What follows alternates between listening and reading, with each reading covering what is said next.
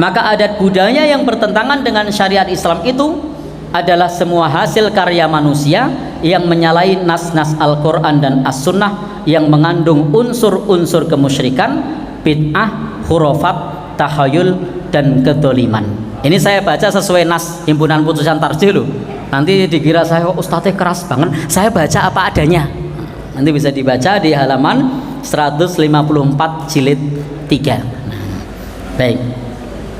Jadi kadang saya kalau di sosmed itu karena saya fokus pada dakwah anti TBC, itu saya sering dituduh Wahabi. Padahal yang saya baca himpunan putusan tarjih, kan aneh. Nah, jadi yang kita baca adalah himpunan putusan tarjih Muhammadiyah jilid 3. Maka kalau ada kebudayaan yang ada unsur-unsur kemusyrikan seperti persembahan atau sesaji, maka persembahan atau sesaji itu harus dihilangkan.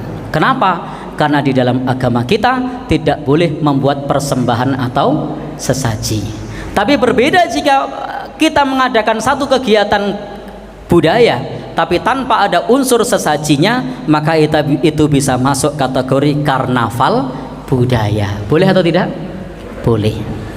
Di satu kampung kemudian atau ibu-ibu Aisyah mengadakan satu karnaval budaya yang diselenggarakan oleh anak-anak SMP atau anak-anak SD misalnya untuk muter kampung, atau bapak-bapak Muhammadiyah di sini mengadakan karnaval budaya untuk mengenalkan produk-produk UMKM yang ada di sini, getuk Sokaraja, apalagi yang seroto, ya itu bisa dikenalkan lewat budaya, lewat karnaval bisa.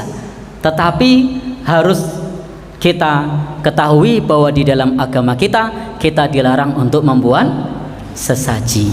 Maka cukup karnaval saja kita perkenalkan, ini seroto, ini batik, ini getuk, ini hasil taninya, ini hasil UMKM-nya, ini makanan khasnya, dan seterusnya. Karena setiap unsur-unsur yang di situ memberikan persembahan kepada yang lain, maka itu masuk kategori kesyirikan.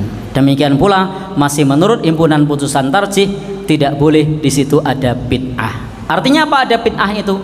Suatu yang sebenarnya adalah ranah kebiasaan tapi diyakini sebagai ibadah.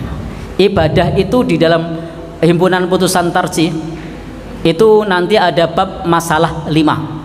Nah, ada yang hafal masalah 5? Itu ada di manhaj tarjih. Kalau kita pernah belajar tarjih, kita akan hafal masalah 5. 1. Ad-din. 2. Kok enggak ada yang hafal? Ya. 1. Ad-din. 2. Al-ibadah. 3. Sabilullah. 4. Belum hafal ya?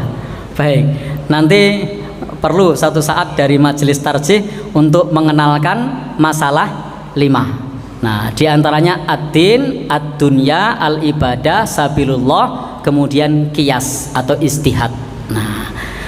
Nah, di dalam tarjih itu kerangkanya ada 5 ini di dalam masalah 5. Apa tadi?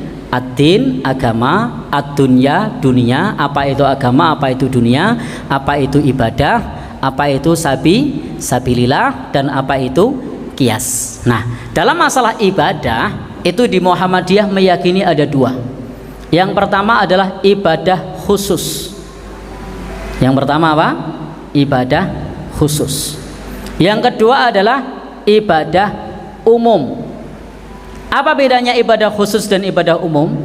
Ibadah khusus itu pada dalam ibadah tersebut disertai dengan tuntunan agama yang terkait dengan ritual kepada Allah.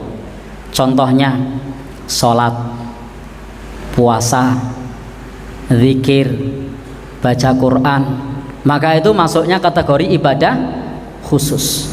Adapun ibadah umum itu apa saja yang kita lakukan, jika sesuatu tersebut tidak dilarang agama, maka itu bisa kita niatkan lillah dan nilainya ibadah. Maka Ketika kita ingin mengenalkan produk-produk kampung, produk-produk UMKM dengan cara karnaval budaya, maka bisa saja bernilai ibadah dalam arti umum.